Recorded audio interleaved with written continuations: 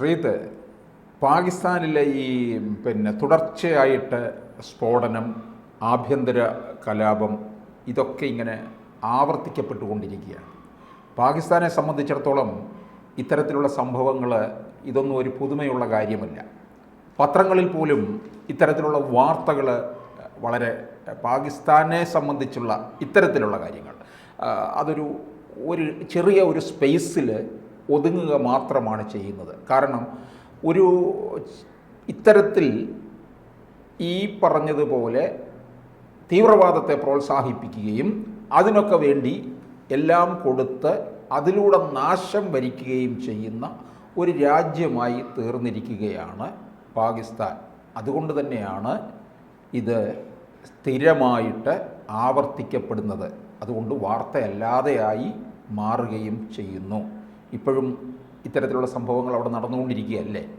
തീർച്ചയായും അത്തരത്തിലാണ്. കാരണം മുൻകാലങ്ങളിലെല്ലാം സ്ഫോടനങ്ങൾ ഉണ്ടാകും, അവിടെ സ്ഫോടനങ്ങളെല്ലാം പതിവാണ്. പക്ഷേ ഇപ്പോൾ എല്ലാവരും ഞെട്ടിക്കുന്ന രീതിയിലാണ് തുടർച്ചയായി തന്നെ ആക്രമണം ഉണ്ടാകുന്നത്. കഴിഞ്ഞ വർഷമുണ്ടായ വിവിധ ആക്രമണങ്ങളിൽ 800-ലധികം പേരാണ് അവിടെ മരണപ്പെട്ടത്. സാധാരണക്കാരായ ജനങ്ങളാണ് കൂടുതൽ മരണപ്പെടുന്നത്. അതോടൊപ്പം തന്നെ ഈ ഭീകരവാദികൾ പട്ടാളക്കാരെയും വെറുതെ വിടുന്നില്ല. അവരെ ലക്ഷ്യമിട്ട് തന്നെ വിവിധ ഭാഗങ്ങളിൽ തുടർച്ചയായി തന്നെ ആക്രമിക്കുകയാണ്, കൊലപ്പെടുത്തുകയാണ്, അവർക്ക് പരിക്ക് പറ്റുകയാണ്.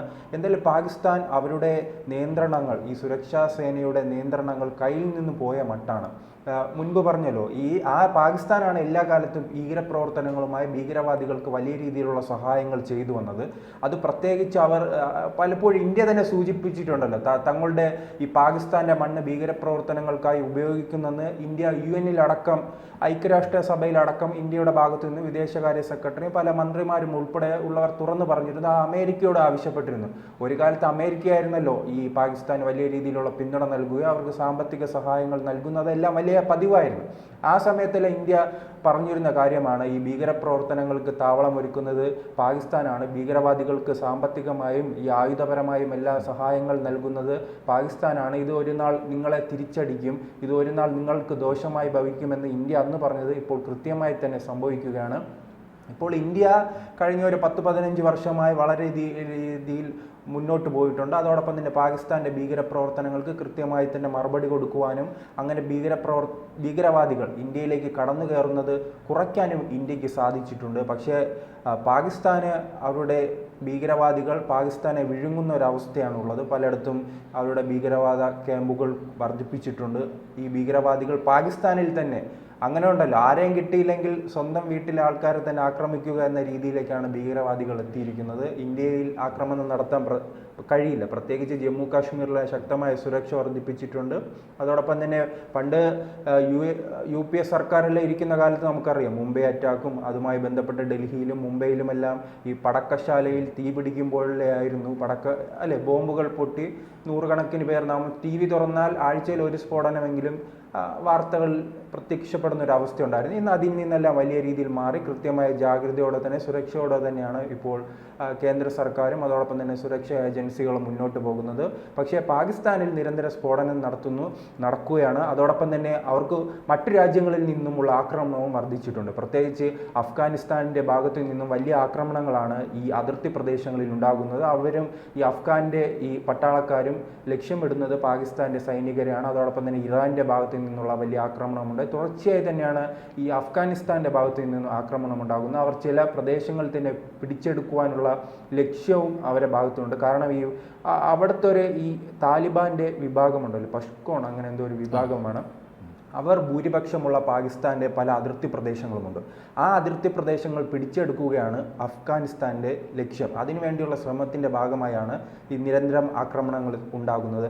അതോടൊപ്പം തന്നെ ബലൂചിസ്ഥാൻ ഉണ്ടല്ലോ, അവിടെ ബലൂചിസ്ഥാൻ എന്ന് പറയുന്ന ഒരു പ്രവിശ്യയുമുണ്ട്. ആ പ്രവിശ്യയിലും വലിയ പ്രതിഷേധങ്ങളും ബോംബ് സ്ഫോടനങ്ങളുമാണ് നടക്കുന്നത്. അതിൽ ഏറ്റവും പ്രധാനപ്പെട്ടത് ഇന്നലെയും ഒരു സ്ഫോടനം ഉണ്ടായിട്ടുണ്ട്. അത് പാകിസ്ഥാനിലെ ബലൂചിസ്ഥാൻ പ്രവിശ്യയിൽ ബസ്സിലാണ് ബോംബ് സ്ഫോടനം ഉണ്ടായത്. അതൊരു ചാവേറാണ്. ആ ചാവേർ പൊട്ടിത്തെറിച്ച് 5 പേർ കൊല്ലപ്പെടുകയും 50-ലേറെ പേർക്ക് പരിക്കേൽക്കുകയും ചെയ്തിട്ടുണ്ട്. ഇത് കറാച്ചിയിൽ നിന്ന് കുറച്ച് അകലെ മാറിയൊരു സ്ഥലത്താണ് ഉണ്ടായത്. അങ്ങനെ ബലൂചിസ്ഥാനുമായി ബന്ധപ്പെട്ട് അവരുടെ സ്വന്തമായ രാജ്യമാണ് ആവശ്യപ്പെടുന്നത്. ആ രാജ്യം ആവശ്യപ്പെട്ടുകൊണ്ടാണ് അവിടുത്തെ പോരാളികൾ, ബലൂചിസ്ഥാൻ പോരാളികൾ ഇത്തരത്തിലുള്ള നിരന്തരം ആക്രമണങ്ങൾ ഉണ്ടാക്കുന്നത്. അങ്ങനെ വിവിധ പ്രദേശങ്ങളിൽ നിന്നും അവരെ ചുറ്റി വളഞ്ഞുള്ള ആക്രമണമാണ്. ഒരു സ്ഥലത്ത് അഫ്ഗാനിസ്ഥാൻ്റെ ആക്രമണം, ഒരു സ്ഥലത്ത് ഇറാൻ്റെ ആക്രമണം, ഒരു സ്ഥലത്ത് ഭീകരവാദികൾ ക്യാമ്പ് ചെയ്ത് ഈ നഗരങ്ങൾ ഇസ്ലാമാബാദും അതോടൊപ്പം തന്നെ കറാച്ചിയിൽ, ലാഹോറിലും നിരന്തരം പൊട്ടിത്തെറിക്കുന്നു. പിന്നീട് ബലൂചിസ്ഥാൻ്റെ ഭാഗത്തു നിന്നുള്ള ആക്രമണം. അങ്ങനെ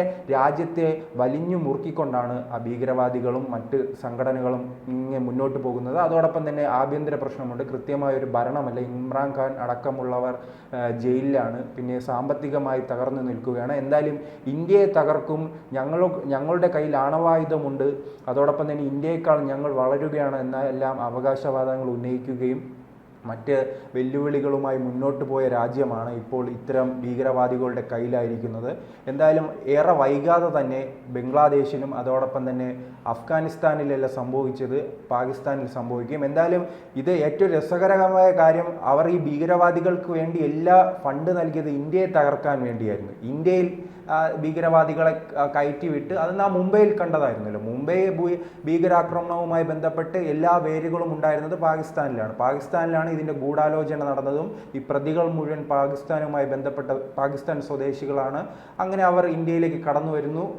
പാകിസ്ഥാൻ്റെ പട്ടാളം ഉപയോഗിക്കുന്ന പാകിസ്ഥാൻ നിർമ്മിച്ച ആയുധങ്ങളാണ് അന്ന് മുംബൈ അറ്റാക്കിൽ ഉപയോഗിച്ചതായും അന്ന് ഇന്ത്യൻ സേന കണ്ടെത്തിയിരുന്നു. അങ്ങനെ ഇന്ത്യയെ തകർക്കാനായിരുന്നു തുടക്കത്തിൽ ഇവരുടെ ശ്രമം. അതിൽ നിന്നെല്ലാം അവർ സ്വയം തിരിച്ചടി വാങ്ങുകയാണ്. അതോടൊപ്പം തന്നെ പല രാജ്യങ്ങളും ഈ ബില്ലാദിൻ്റെ സഹായം നൽകിയ സംഭവമുണ്ടല്ലോ. അമേരിക്ക പാകിസ്ഥാനിൽ കടന്നു കയറി ബില്ലാദിനെ കൊലപ്പെടുത്തുന്ന സാഹചര്യത്തോടു കൂടി തന്നെ അമേരിക്കയ്ക്ക് ബോധ്യമായിട്ടുണ്ട് ഈ ഭീകര പ്രവർത്തനങ്ങൾക്ക് ഏറ്റവും അധികം പിന്തുണ നൽകുന്നത് പാകിസ്ഥാനാണെന്ന തിരിച്ചറിവുണ്ടായി. അങ്ങനെയാണ് അവർ കൈവിട്ടിട്ടുണ്ട്. അമേരിക്ക കൈവിട്ടതിന് പിന്നാലെയാണ് ചൈന അതിനെ പാകിസ്ഥാന് കുറച്ച് പണം നൽകുകയും ചൈനയിൽ തങ്ങളുടെ ശക്തി വർദ്ധിപ്പിച്ച് എങ്ങനെയെങ്കിലും ഇന്ത്യയുടെ സമീപ പ്രദേശങ്ങളിൽ അതിർത്തി പ്രദേശങ്ങളിൽ തങ്ങളുടെ ശക്തി വർദ്ധിപ്പിക്കുക എന്നതാണ് ചൈനയുടെ ലക്ഷ്യം. അങ്ങനെയായിരുന്നു നാം മാലിദ്വീപിൽ കണ്ടിരുന്നു, ശ്രീലങ്കയിൽ കണ്ടിരുന്നു, നേപ്പാളിൽ കണ്ടിരുന്നു, ഇപ്പോൾ ബംഗ്ലാദേശിൽ ചില സ്ഥലങ്ങളിൽ കാണുന്നുണ്ടല്ലോ. കാരണം പണം ഉപയോഗിച്ചും മറ്റ് സ്വാധീനം ഉപയോഗിച്ചും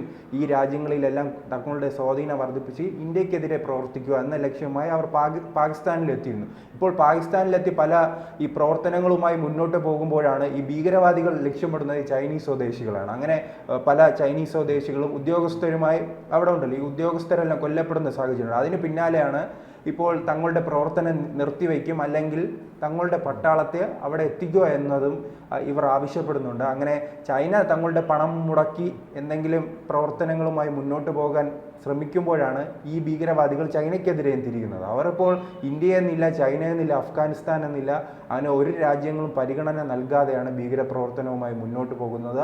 ആരെയായാലും കൊലപ്പെടുത്താൻ ഒരു അവസരം കിട്ടുകയാണെങ്കിൽ അവരെല്ലാം കൊലപ്പെടുത്തുക എന്നതാണ് ഇപ്പോൾ ഇവരുടെ പ്രധാന ലക്ഷ്യം.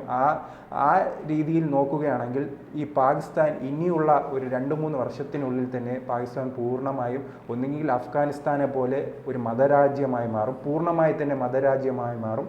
അല്ലാത്ത പക്ഷം മറ്റൊരു ബലൂചിസ്ഥാൻ ഒരു രാജ്യമാകും, ഈ അഫ്ഗാനിസ്ഥാന് സ്വാധീനമുള്ളത് മറ്റൊരു രാജ്യമാകും. അങ്ങനെ പല രാജ്യങ്ങളായി വിഭജിക്കപ്പെടാനുള്ള ഒരു രീതിയിലേക്കാണ് പാകിസ്ഥാൻ ഇപ്പോൾ മുന്നോട്ട് പോകുന്നത്.